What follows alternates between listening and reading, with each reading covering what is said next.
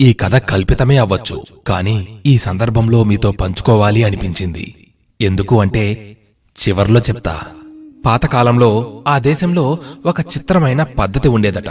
వయసైపోయి ఏ పనులు చెయ్యలేని పరిస్థితిలో ఉన్న తల్లిదండ్రులను తీసుకుని వెళ్లి ఎత్తైన కొండ ప్రాంతాలలో వదిలేసి వచ్చేవారట.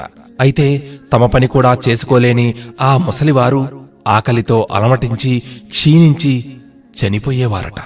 ఓ యువకుడు కూడా తన తల్లి వయస్సు పైబడి చేతకాని స్థితిలో ఉందని ఆమెను తన భుజాలపై మోసుకొని కొండల్లో వదిలేసి రావడానికి బయలుదేరాడు. మార్గమధ్యంలో భుజంపై ఉన్న తన తల్లి ఏదో చేస్తున్నట్లు గమనించాడు. అది గమనించినా కూడా ఆ కొడుకు ఆమెను ఏమీ ప్రశ్నించకుండానే అలాగే కొండ ప్రాంతానికి ఆమెను మోసుకొని వెళుతూనే ఉన్నాడు.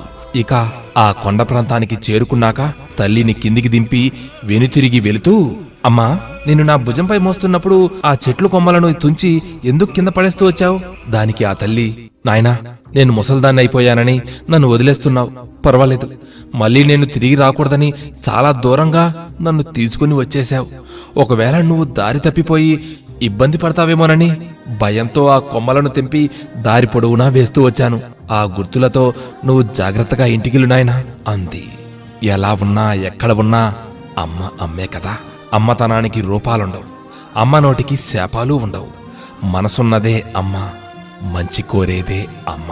ఈ కథ కల్పితమే కావచ్చు, కానీ ఓ చక్కని సందేశాన్నిస్తుంది కదూ. అమ్మను ప్రేమించే మీరు ఈ చిట్టి కథను 10గురితో పంచుకోండి. అలాగే ఈ సందర్భంలో ఒక మాట చెప్పాలి అనిపిస్తోంది. తల్లిదండ్రులకు దూరంగా ఉంటూ ఎక్కడో ఉద్యోగరీత్యానో చదువురీత్యానో దూరంగా ఉన్నారు కదా, వారు గనుక ఈ చిట్టి కథను వింటున్న సందర్భంలో తమ ఆలోచనలని ప్రాణాలని మీపై పెట్టుకుని ఉన్న మీ తల్లిదండ్రులకు ఒక్క ఫోన్ కాల్ చేసి ప్రేమగా మాట్లాడే ప్రయత్నం చేయండి. మీరు అలా చేస్తే తప్పకుండా వారి మనసు ఎంతో ఆనందానికి గురవుతుంది. నిజం మిత్రమా, నా మాటను నమ్ము. తప్పకుండా ఇప్పుడే ఈ క్షణమే ఒక్క నిమిషం ఓపిక పట్టి వారికి కాల్ చేసి మాట్లాడతావుగా?